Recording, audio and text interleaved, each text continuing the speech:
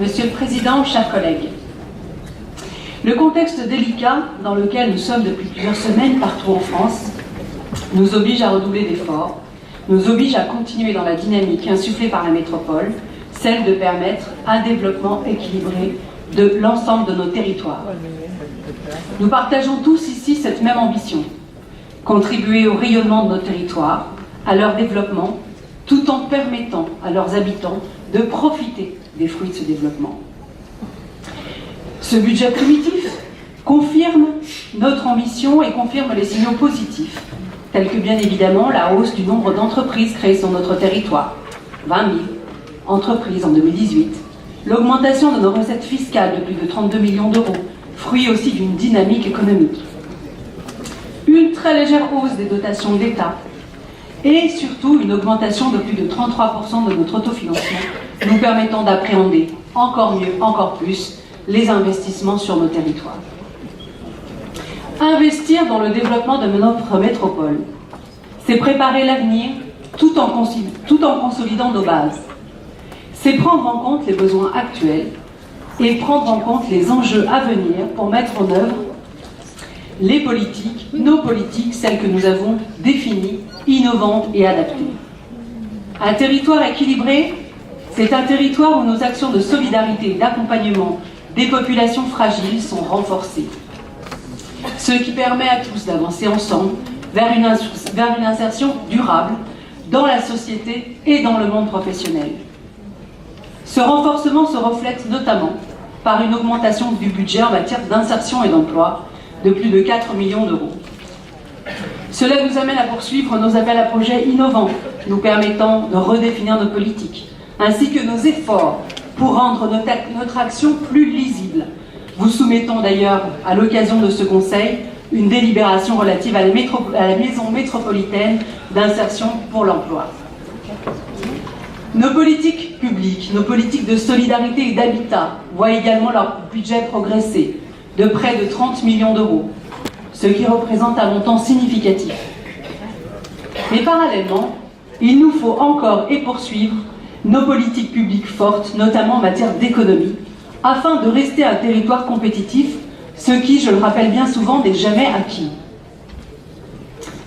Et à ce titre, nous devons poursuivre les objectifs fixés par le programme de développement économique métropolitain 2016-2021 que nous avons voté pour permettre le soutien de notre activité.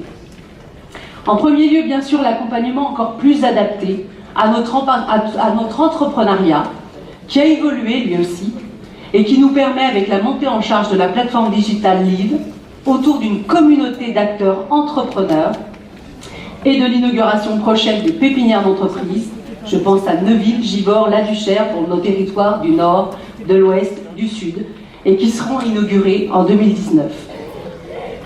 Il nous faut aussi renforcer la promotion de l'innovation des pôles de compétitivité et des filières d'excellence, celles qui nous permettent d'accueillir sur notre territoire de nouvelles entreprises et de faire rayonner celles qui travaillent déjà avec nous dans le cadre de la métropole. Et il nous faut aussi poursuivre notre stratégie industrielle, l'accompagnement de nos entreprises dans ce secteur qui génère à lui seul 75 000 emplois. Et il faut bien sûr les accompagner dans leur stratégie immobilière, dans la reconfiguration des sites. Je pense notamment au troisième appel des acteurs de la vallée d'Achimie, l'appel des 30. Mais je pense aussi à l'accompagnement dans cette innovation, dans cette industrie du futur. Et surtout, travailler à reconnecter les habitants à leur territoire, à leur industrie, ce qui fait la particularité de notre candidature au projet d'excellence TIGA, ce territoire de grande ambition. Il nous faut également poursuivre nos investissements sur les projets phares de notre métropole, ceux qui contribuent au rayonnement, ceux qui contribuent à son développement. Je pense à l'inauguration du nouveau siège du cirque. Je pense aussi à l'inauguration prochaine de la Cité internationale de la gastronomie. L'activité de notre métropole résulte par ailleurs, et on l'a souligné, de la destination touristique plébiscitée par Français et étrangers qui apprécient notre métropole pour la qualité de vie et pour les services et aménagements qu'elle offre à ses habitants et ses visiteurs. L'aménagement de notre territoire fondamentale dans l'amélioration du cadre de vie de nos habitants. Les efforts que nous avons d'ores et déjà engagés, les efforts que nous devons encore réaliser, afin de ne pas nous limiter à nos grands projets, nous permettront de poursuivre une réelle cohésion territoriale, puisque c'est bien de cela dont il s'agit. La mobilité est un élément incontournable de l'amélioration du cadre de vie des Grands Lyonnais. Or, la baisse du cadrage budgétaire de 2018, qui résulte d'un plan de marge de manœuvre négocié sur le mandat et s'inscrit dans la contractualisation avec l'État, se heurte paradoxalement à une demande toujours plus forte, notamment en matière de transport en commun. Il faut accompagner cette attente forte de mobilité. Et je me félicite qu'au-delà du montant de la subvention annuelle, le président de la métropole ait annoncé qu'il mobiliserait des crédits d'investissement pour accompagner le développement de nos transports, à l'image de ce qui se réalisera dans le cadre de l'A6 A7.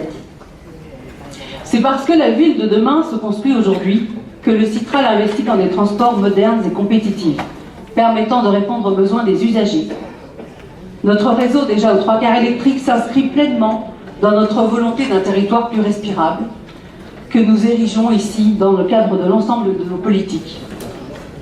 Et les élus du Citral ont accompagné cette ambition, ont unanimement fait le choix de n'acquérir que des bus propres, anticipant de 5 ans la loi de transition énergétique et participant de manière forte à l'ambition environnementale de leur territoire.